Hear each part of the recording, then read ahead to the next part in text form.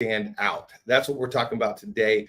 TEDxers do something specific to stand out. In fact, when you think about all of the different people who've gone up onto a TED stage or a TEDx stage, there's one thing that all of the people on the very top have in common. And they do it more than twice the amount of people who have the least amount of views. Now, I'm not saying it's because they do this one thing, but it does do something that causes them to stand out, to be remembered, for their message to be sticky. So if you want to get noticed, if you want to be remembered, if you want what you say to be sticky, then here's the thing that you do. You use your hand gestures. It causes you to be remembered. So anytime that you go into a board meeting, anytime that you're trying to sell something, anytime that you're doing something on Zoom, you want to master the art of hand gestures so that you get remembered, so that you stand out. And so what you say is very sticky to the people you're saying it to. Now, why is this? And then I'll tell you how to do it, and we'll effectively teach you how to use hand gestures in a way that is natural, that feels good, and that comes across strong, confident, and all that. So why does this happen? Well, one of the reasons why is that when we move, it encodes what we say into the person who hears it. So even you see that I'm using rhythmic gesturing, talk about that in a moment. And as I'm doing that, not only you're hearing the words, you're hearing the intonation, but also the hand movement is helping encode it. So think about the different things that you do, like muscle memory, and you're encoding information in. And as we do things with kids, eat the train. Is it eat the airplane? Yeah, eat the airplane. Whatever it is that we're encoding. So we have a message, and then the movement helps encode it into the listener's ears. And so what you want to do is you want to use hand gestures because it helps encode what you are saying into the mind of the people that you're saying it to. Now, why else do hand gestures help, and why are they so sticky? One of the reasons is because it helps people feel the emotions that you're having. So if I go, man, I'm so excited, or I go, wow, that's incredible. Oh, really?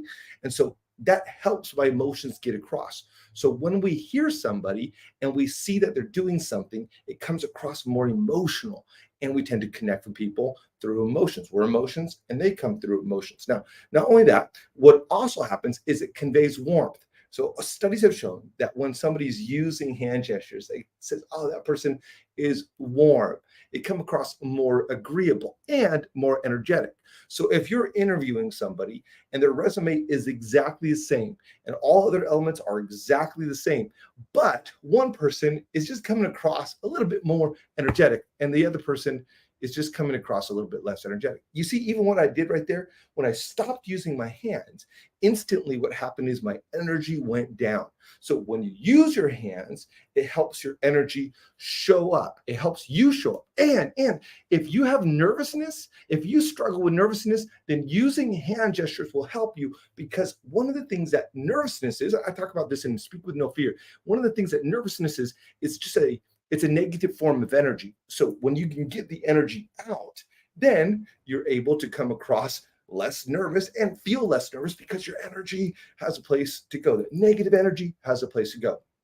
So how do you use hand gestures? Let me give you some general tips that can be applied to anybody. So here are some general tips that will help you use hand gestures to stand out, to be remembered, and for your message to stay sticky. Ready? Here's the first one. Go big. Now, often, even people who use gestures, they stay kind of small and they kind of pull into themselves. And they're using hand gestures right in here. They're feeling kind of safe and kind of, this is less intimidating, but I want you to go big. So that's the first tip when using hand gestures. In fact, I want you to think about letting your hands be seen outside of your body and even over here, depending on the situation. So get out of the comfort zone. Now, initially, that will probably make you feel a little bit less comfortable, because probably right now, if you're even using hand gestures, you might be using kind of safe, or you might be on the Zoom window and never using hand gestures. We'll talk about that in a moment. So here's the second tip. Not only do you want to go big, but you also want to stay in the box. Now, this seems contradictory. Well, I don't want you to go big, unless it really warrants for that. I caught a fish that was this big. Okay, then go big. But generally, we want to stay within the box. Now, there's two different boxes. Zoom has redefined the box. The box used to be shoulders to belly button and then cuff to cuff. So think about right here, right here, right here. So most of the time, I'm going to stay inside of this box right here. And this is how I'm going to play. I'm going to be on stage next week and speaking at an event in Orlando. Then I'll be at another stage at the end of the month. And so as I'm doing that, this is the box I'm using. Now, my virtual box shifts up. That's most of the time because most of the time, even with a good virtual setup, we're going to see about sternum and then a little bit past your head right here. So the box needs to shift up. Otherwise, you're going to end up doing what I call happy fingers, which is just like your fingers are just kind of playing down here. So you want to shift the box up in the Zoom world, and you want to be at the sternum level all the way up to about eye level. And then once again, cuff to cuff or window to window, screen side to screen side. So stay inside the box. Don't go way all over the place, but go bigger. In fact, get out of your just chest cavity right here. You want to move away from this area right here. The other part is you want to move with your words. So this is called rhythmic gesturing. So think about the difference right here. If I'm speaking, I'm like, yeah, so the other day I went to the store. It was so amazing. I'm just so excited about it. And sometimes we're moving and our words do not match up with the hands that we're saying at all. And this actually, this conflicts and this helps us, like this causes conflict in us because we're like, what are they saying? They're just moving. But if we slow down, or we punch it, or we go, wow, that's amazing. And we move with the words. And think about a movie, think about a theater. They're blocking their hand movements with the things that they say. And that helps them remember the words, encodes it into their mind, helps it stand out, helps them be remembered, and it feels more natural. So these are some hand gesture tips.